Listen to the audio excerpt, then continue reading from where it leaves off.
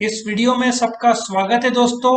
ये वीडियो शुरू करने से पहले आपके एक फायदे की बात जरूर कहना चाहूंगा। इस वीडियो के डिस्क्रिप्शन में आप जाओगे तो आपको इस सब्जेक्ट का लिंक मिल जाएगा, जिसको आप क्लिक करोगे तो chapter by chapter, question by question सारे के सारे वीडियोस आपको मिल जाएंगे और दूसरे सब्जेक्ट के भी लिंक्स मिल जाएंगे, जिसमें chapter by chapter, question by question सारे वीडियोस मिल जाएंगे। और एक और आपको आइडिया देता हूं, मेरे चैनल को आप क्लिक करोगे तो मेरे चैनल के प्लेलिस्ट पे जाओगे तो आपको 20 के ऊपर सब्जेक्ट्स के लिंक मिलेंगे। बस आपको क्लिक करना है, जो सब्जेक्ट आपको के वीडियो चाहिए, बस आपको chapter by chapter, question by question सारे वीडियोस मिल जाएंगे। तो चैनल को जरूर सब्सक्राइब करो ताकि आपको हर रोज जो हम अपडेट करते वीडियोस वो मिलते रहें। तो हम शुरू करते हैं इस क्वेश्चन का वीडियो अभी। एल्टन मेयो फेमस हुआ ड्यू टू द हॉथोर्न करके एक जगह है अमेरिका में, वहां पे एक्सपेरिमेंट्स किए थे कुछ, उसके वजह से he became famous. Now Hawthorne experiments क्यों किया गया? Because he was invited, Elton Mayo was invited to be a part of the experiment team. उनका उद्देश्य था जानना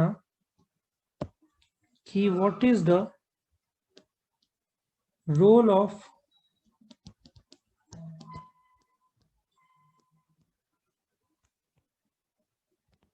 human resource जिससे प्रोडक्शन बढ़ता है, इंक्रीजिंग, मतलब ह्यूमन रिसोर्स का क्या रोल है प्रोडक्शन बढ़ने में, ये लोग जानना चाहते थे, जिसके वजह से ये एक्सपेरिमेंट्स कंडक्ट किए गए। ये जो एक्सपेरिमेंट्स का जो टाइम फ्रेम था, ठीक है, सबसे पहले तो ये जो एक्सपेरिमेंट्स है इसका टाइम फ्रेम कितना था? ये कंडक्ट किया गया 1924 से 1932 तक, ठीक है, ये साल ये एक्सपेरिमेंट्स चला। ये जो एक्सपेरिमेंट्स है ये वेस्टर्न इलेक्ट्रिक कंपनी के द्वारा था। सो वेस्टर्न इलेक्ट्रिक कंपनी शिकागो, जो कि अमेरिका में, यूएस ऑफ ए में है। देखा जाए तो ये जो एक्सपेरिमेंट में कंडक्टेड बाय कौन लोग थे जिन्होंने ये एक्सपेरिमेंट किया? 3 लोग को देखा जाए तो बुलाया गया। एक तो एल्टन मेयो, दूसरा व्हाइट हेड,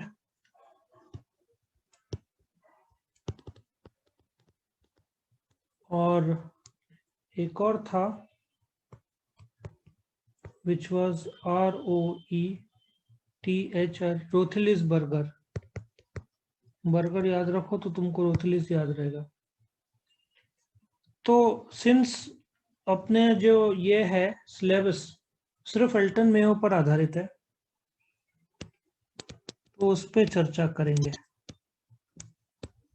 एल्टन मेयो, पूरा नाम George Elton Mayo. Basically, he was an Australian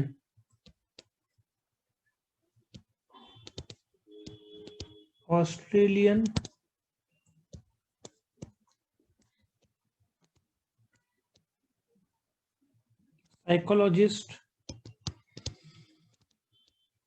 sociologist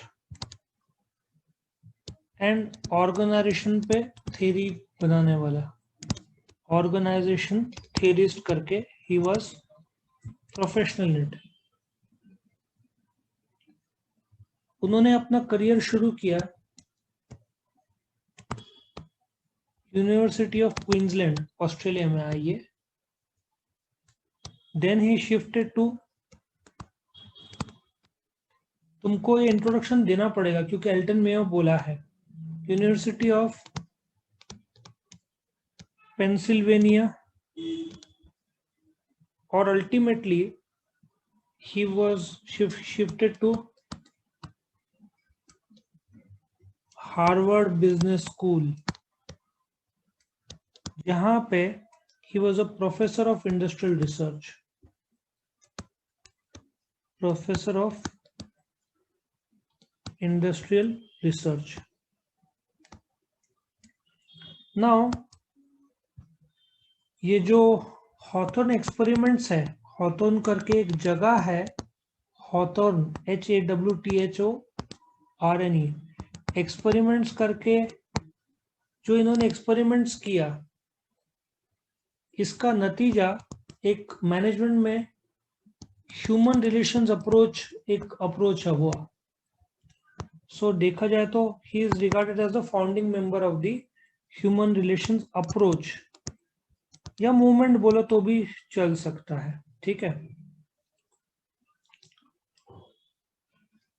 तो एक कंपनी है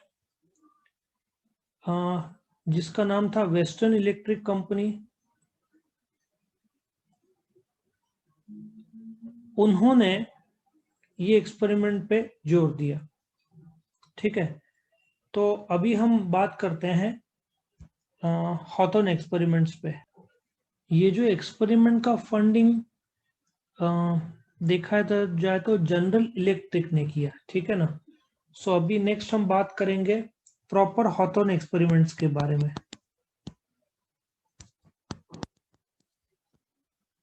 हॉथॉर्न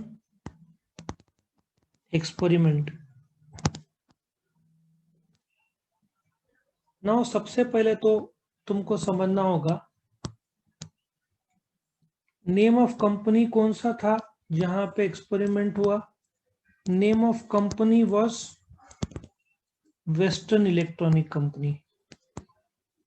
वेस्टर्न इलेक्ट्रॉनिक में इलेक्ट्रिक कंपनी. ठीक है,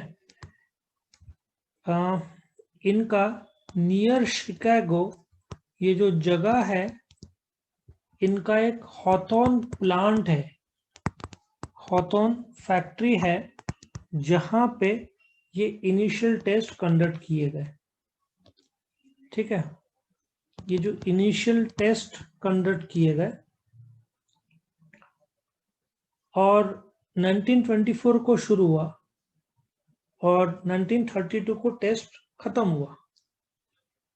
अब ये टेस्ट सबसे पहला एक्सपेरिमेंट नंबर 1 में आते हैं हम. तुमको एक्सपेरिमेंट समझना पड़ेगा, तब जाकर तुमको समझ में आएगा ये क्या बोलना चाहते हैं.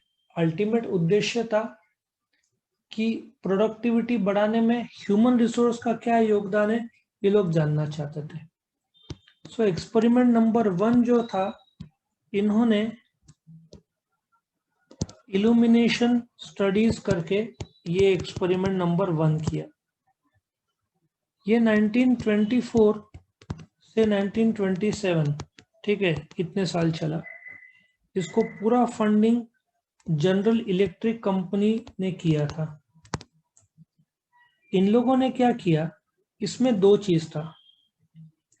लाइट इंटेंसिटी, जो रोशनी है ना, उसका इंटेंसिटी और वर्कर्स आउटपुट का संबंध इनको जानना था. मतलब यदि फैक्ट्री में लाइट बढ़ा दिया जाए तो क्या आउटपुट बढ़ता है.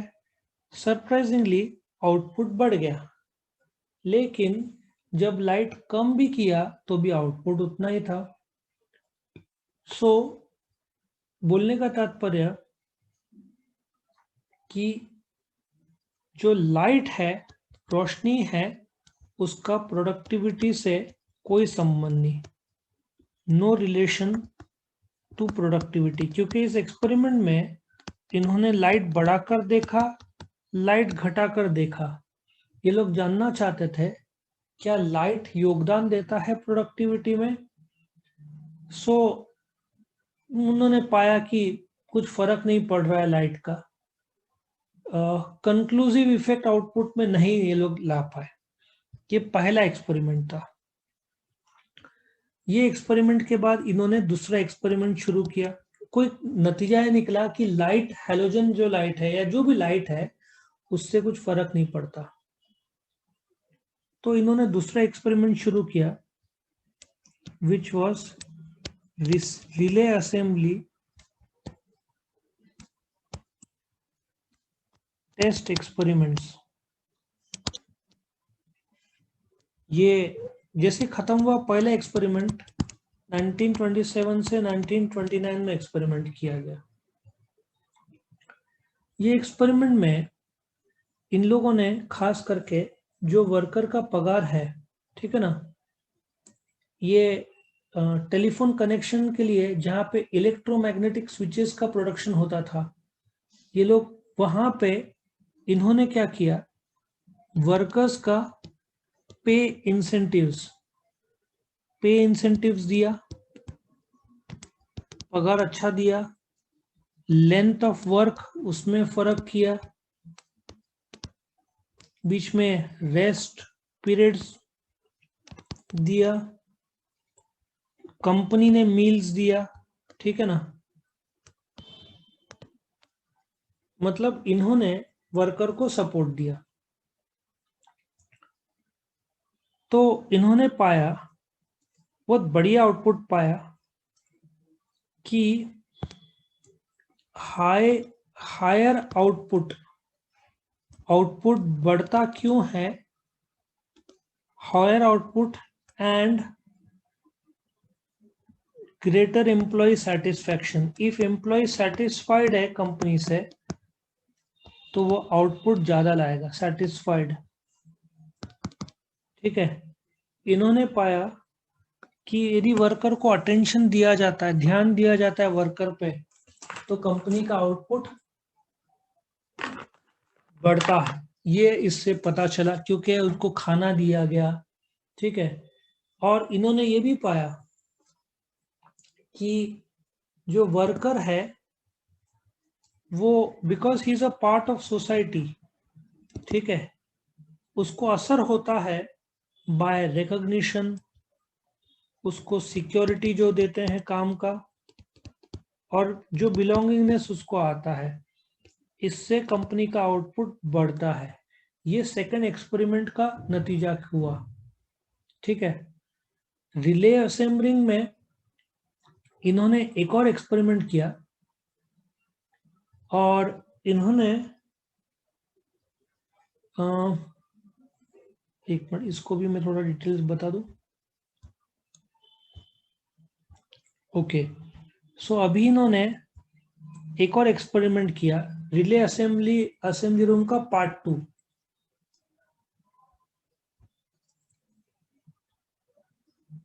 रिले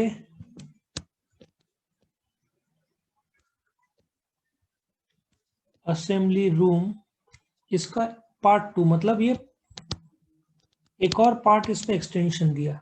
ये 1928 और 1929 ऐसे 2 साल चला एक्सपेरिमेंट। इन्होंने आउटपुट का मेजरमेंट कोशिश किया विद कॉम्पनसेशन रेट्स, जो पगार दिया जा रहा है उस पे से कंपेयर किया। उन्होंने एक स्पेशल ऑब्जर्वेशन रूम तैयार किया।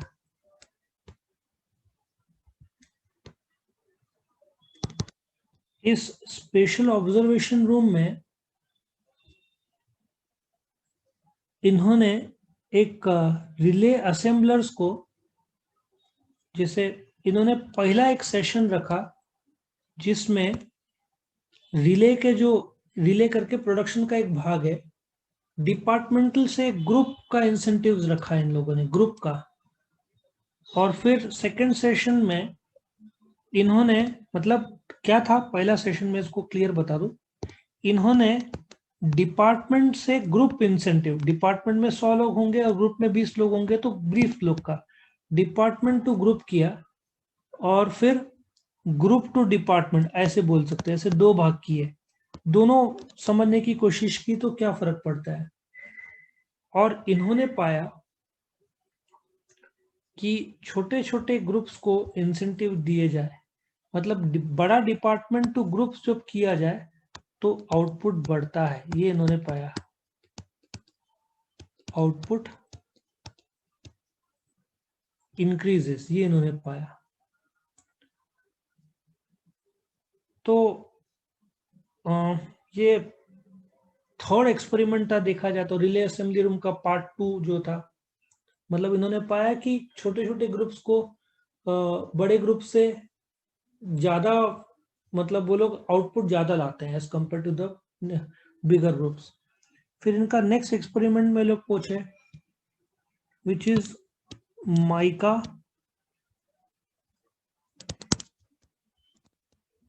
Splitting test group.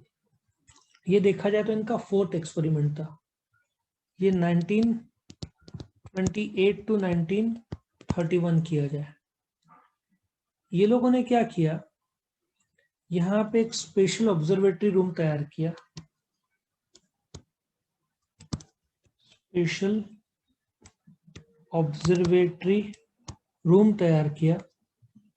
उन्होंने फिर उसमें लेंथ ऑफ वर्क डे देखा, रेस्ट पीरियड्स देखा, और इन्होंने जो पगार है पीस रेट, मतलब तुमने एक पेन बनाया तो 1 रुपया, 2 पेन बनाया तो 2 रुपया, पीस रेट पगार शुरू किया।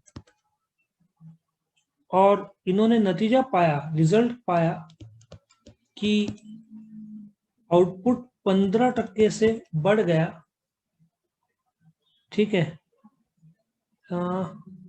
Standard out 15% more output than the standard output. अच्छा, इसमें इन्होंने एक और नतीजा पाया, एक और कंक्लूजन आया इनका, कंक्लूजन कि प्रोडक्टिविटी जो है, प्रोडक्टिविटी जो कंपनी देती है वो जैसे आराम, आराम तो नॉन पे में आएगा, तो नॉन पे जो बेनिफिट तुम देते हो, नॉन पे कंसिडरेशन, वो सबसे भी असर होता है। और एक वर्कर है is affected by social dynamics, मतलब अफेक्टेड बाय सोशल डायनेमिक्स, कि एक वर्कर ढल जाता है उसके ग्रुप में, सोसाइटी के ग्रुप में। तो ये उन्होंने पाया कि आउटपुट सिर्फ पगार से नहीं, नॉन पगार के भी बेनिफिट देते हो, उससे भी फर्क आता है। फिर इन्होंने एक मास इंटरव्यू प्रोग्राम आयोजन किया, मास इंटरव्यू प्रोग्राम किया, जिसमें इन्होंने 20,000 लोग के इंटरव्यू लिए। और ये लोग जानना चाहते थे कि जिससे सुपरवाइजरी ट्रेनिंग, ठीक है, क्वेश्चनिंग था, इंटरव्यू में क्वेश्चन करते थे लोगों को, जैसे उनका जवाब देना है। इससे पाया गया कि यदि एम्प्लॉय को बोलने का मौका दिया जाए, जो नतीजा निकला इसमें कि इफ अपॉर्चुनिटी दिया जाए वर्कर को बोलने का, if you give the opportunity to worker to talk, ठीक है, उसका दुख प्रकट करने के लिए, तो उसका there is a increase in morale, ठीक है। और जो कंप्लेंट्स जो वर्कर के हैं वो काफी डीप रूटेड डिस्टर्बेंसेस है जो एम्प्लॉय को है, और वर्कर्स को असर जो होता है वो इनसाइड और आउटसाइड दी ऑर्गेनाइजेशन दोनों से होता है, इनसाइड और आउटसाइड दी ऑर्गेनाइजेशन दोनों होता है। सोशल ग्रुप्स असर डालते हैं काम में, और जो सोशल स्टेटस है वर्कर्स का, उससे उसके काम में सेटिस्फेक्शन और डिससेटिस्फेक्शन आता है। और वर्कर्स को ग्रुप प्रेशर रहता ही है, ग्रुप प्रेशर, जैसे कि एक क्लासरूम में एक ही लड़का बार बार आंसर दे रहा है तो बाकी लोग भी असर करेंगे, है ना। और फिर आखिरी एक्सपेरिमेंट किया गया which is called as the bank wiring room experiment बोलते हैं इसको, या बैंक वायरिंग ऑब्जर्वेशन ग्रुप भी बोल सकते हैं। ये आखिरी स्टेज में था, ये आखिरी एक्सपेरिमेंट था जो किया गया। इसमें इन्होंने जो वर्क एरिया है इसको अलग किया। वर्क एरिया मतलब ये अलग अलग किया। मैनेजमेंट ने विजिट नहीं किया, सुपरविजन दोनों को सेम, वर्कर्स से कम्युनिकेशन नहीं होगा, ग्रुप पे इंसेंटिव था, कोई आउटपुट इनको मिला नहीं, कोई खास आउटपुट में बदलाव दिखा नहीं। तो इन्होंने ये पाया कि जो ग्रुप है वो डिसाइड करता था आउटपुट कितना लाना है, प्रोडक्शन स्टैंडर्ड कितना है, परफॉर्मेंस स्टैंडर्ड कितना है। मतलब अल्टीमेटली सामने आया कि पावरफुल सबसे कंपनी में ग्रुप है जो कि इंडिविजुअल को असर करता है। और इसमें पाया गया कि वर्कर को अलग अलग सिचुएशन में बोलते ना ग्रुप असर करेगा। और अल्टीमेटली पाया गया कि टीम वर्क और उसके कोऑपरेशन से सक्सेस आ सकता है ऑर्गेनाइजेशन को। ये इसका नतीजा निकाला गया। करेक्ट। तो अल्टीमेटली ये जो थ्योरी है हॉथॉर्न एक्सपेरिमेंट्स का, जो थ्योरी बना जिसको ह्यूमन रिलेशंस अप्रोच बोलेंगे, ठीक है, हम ह्यूमन रिलेशंस अप्रोच, ये थ्योरी किस बात का था इसको हम अलग से मैं राइटअप में बता रहा हूं। तो ह्यूमन रिलेशंस अप्रोच जैसे मैं यहाँ पे शॉर्ट में दिया है, वेस्टिंग इलेक्ट्रॉनिक कंपनी 4 स्टडीज, वैसे मैंने एक एक्स्ट्रा जोड़ा है। तो नतीजे क्या थे हॉथॉर्न स्टडीज का कि ऑर्गेनाइजेशन एक सोशल सिस्टम है, ग्रुप ऑफ पीपल है, ह्यूमन फैक्टर सबसे इंपॉर्टेंट एलिमेंट है ऑर्गेनाइजेशन में। एक वर्कर को इमोशंस है, फीलिंग्स है, he is a social psychological individual, he has feelings, sentiments, attitude, emotions. Powerful social group है जो वर्कर को असर करते हैं। यदि वर्कर को अपॉर्चुनिटी दिया जाए फीलिंग एक्सप्रेस करने का तो उसका आउटपुट बढ़ता है। तुम जिस प्रकार से लोगों को ट्रीटमेंट देते हो उससे उसका परफॉर्मेंस बताया जाता है। इन शॉर्ट, सोसाइटी या group is more powerful than an individual. Output भी ग्रुप तय करता है। इस प्रकार से ये human relations approach Hawthorne studies, Hawthorne experiments का नतीजा है। ठीक है, तो यहाँ पे ये खत्म होता है क्वेश्चन। वीडियो पसंद आया तो लाइक कीजिए, अपने फ्रेंड्स के साथ शेयर कीजिए, उनका भी फायदा हो, और चैनल को सब्सक्राइब कीजिए। Thank you.